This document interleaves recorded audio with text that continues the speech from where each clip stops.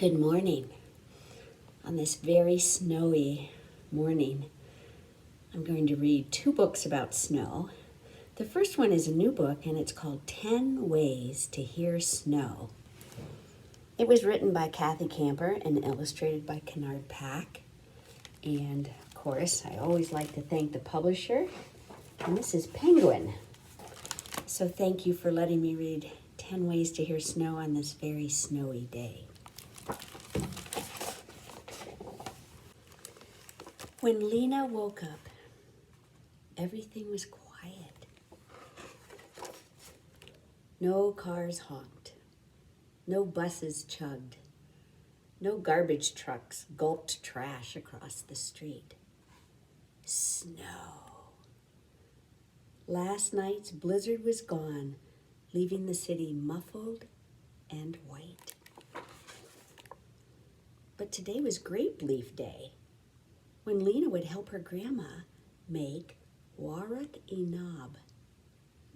What's that, I wonder? Bet we'll find out. City was losing her eyesight, and Lena loved helping her cook. I want to tell City about the snowstorm and make sure she's okay. The snow is so deep, Lena's mom said. We could go with you, Lena's dad offered, but Lena wanted to go to City's by herself. Stay warm, Habiti, her dad told her, and Lena bundled up. Outside, the sun on the snow was as bright white as a light bulb. Lena squinched her eyes and pulled her scarf over her nose. She could barely see. I wonder if this is how City feels, Lena thought.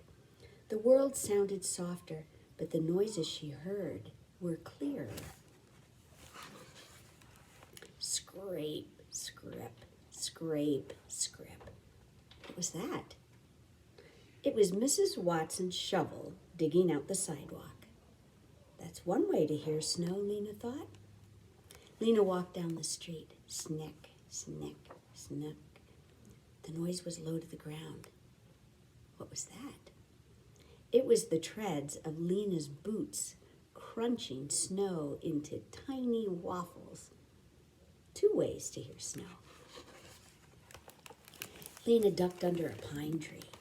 Plump! A powdery sound. A blue jay on a branch had knocked down snow. 3 ways to hear snow, Lena counted. She listened for more. Swish, wish, swish, wish. What was that soft, whispery noise? People were sweeping the snow off their cars. Their brushes made a 4th way to hear snow. Lena cut across the park. Scritch, scratch, scritch, scratch. Another snow noise?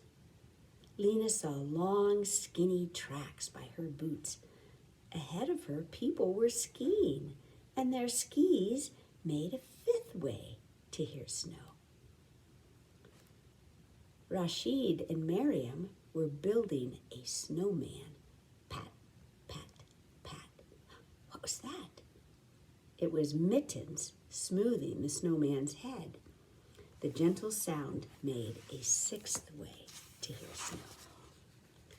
As Lena walked, her friends whispered and laughed. Thwomp! Oh no, Lena ran away fast from the 7th way to hear snow. You know that sound, don't you? A snowball. Lena reached City's building all out of breath, her boots covered with white powder. Stomp, stomp, stomp. Lena giggled. She was making the 8th way to hear snow. Hello, Lena, the lady in the lobby said. Go on in, and she pointed toward Lena's grandma's room. Lena tapped on the door. Surprise, City, it's me. I came to make grape leaves with you. Lena threw her coat and mittens on the radiator to dry. Wonderful. The lamb and the rice are ready, City said. Yalla, I can't wait, Lena shouted. Let's get started. So Lena rinsed the grape leaves and placed them on towels. Here's where we're going to find out how to make these. Put some filling in the center, roll them up, and put them in the pot, Siti instructed. So do you see they have the lamb and other ingredients in the middle, and she rolls the grape leaves up. They're like little grape leaf cocoons, Lena said, looking at them piled on the plate. Or lots of little sleeping bags, Siti replied. Ha ha, mine looks like a mustache, Lena said as she held her grape leaf under her nose. Siti held hers under her nose too. That's good, she wrinkled up her face and said. We look like a couple of real tough guys, in a tough guy voice. Siti, did you know that we had a blizzard last night? Of course. Lena was surprised. How could her grandma know when she couldn't see very well? And then she heard a noise. Drip, drip went the mittens. It was the sound of snow melting. 9 ways to hear snow. Suddenly, Lena understood how Siti knew. Siti, did you hear the snow? Siti smiled. Each morning I open the window and listen. And today, everything sounded hushed and soft. No noise is the sound that means it's snowing. Siti, I listened too. I heard snow 9 different ways. Shovels were 1, boots were 2, the blue jay was 3. Oh, slow down, Habiti. I want to hear them all, but right now, shh. And Siti went to the window and she opened it again. Listen, she said. Outside, the late blue afternoon was completely still.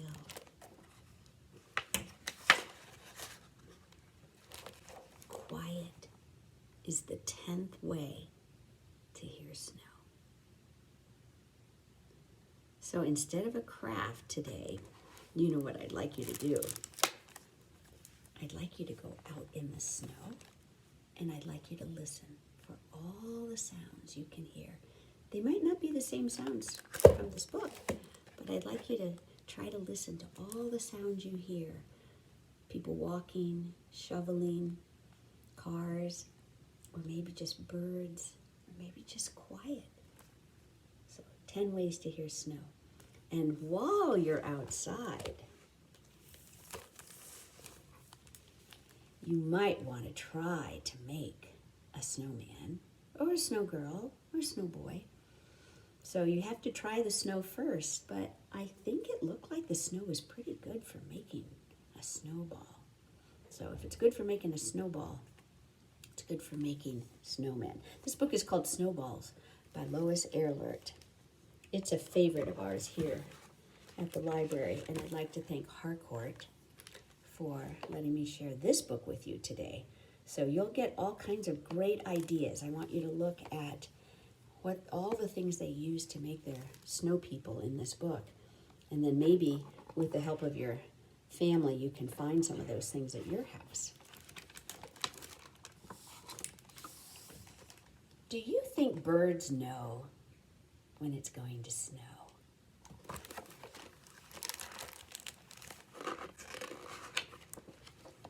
I do.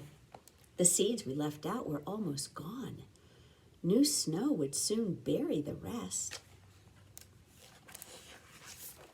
We'd been waiting for a really big snow, saving good stuff in a sack, and finally it was a perfect snowball day.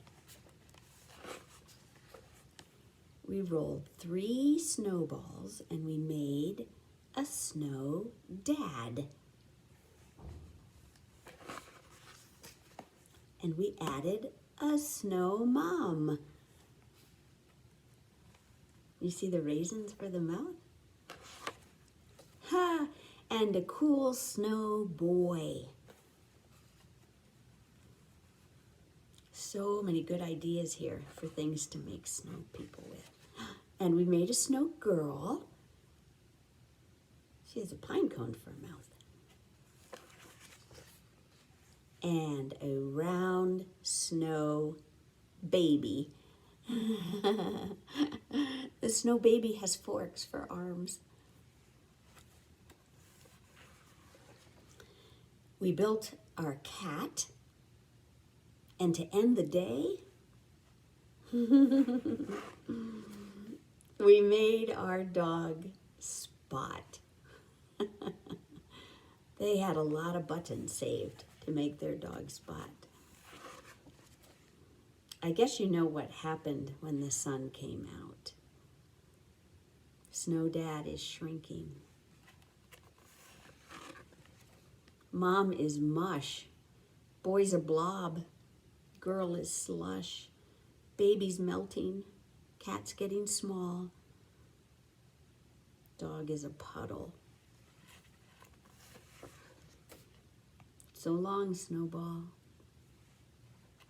At the end of this book, she has a whole page of just good stuff. And you'll find other good stuff at your house. Doesn't have to be this, but it's fun to think about the things you could use to make your snow family outside. And we're supposed to have snow all week, so maybe you'll be able to keep making snow people throughout the week. And she has lots of good information in the back about what makes it snow and pictures of all kinds of snow creatures out there. There's a little snow person on a mailbox. I'm sure you'll think of all kinds of interesting things to do. And then at the very end, she has a recipe for how to make popcorn balls. This is called Snowballs by Lois Ehrlert. So please enjoy being out in the snow today, either listening for sounds or making snow people or snow pets. And have a great time. Thank you for coming to the Bozeman Public Library's Storytime. And we'll keep doing this for as long as we possibly can. So I really appreciate everybody coming and listening to our online story times. Please give us a call if you have any good ideas or you want a whole bunch of books. We're at 582-2404. And we miss seeing you all, but we hope you are all well and enjoying our lovely snow today. Bye-bye.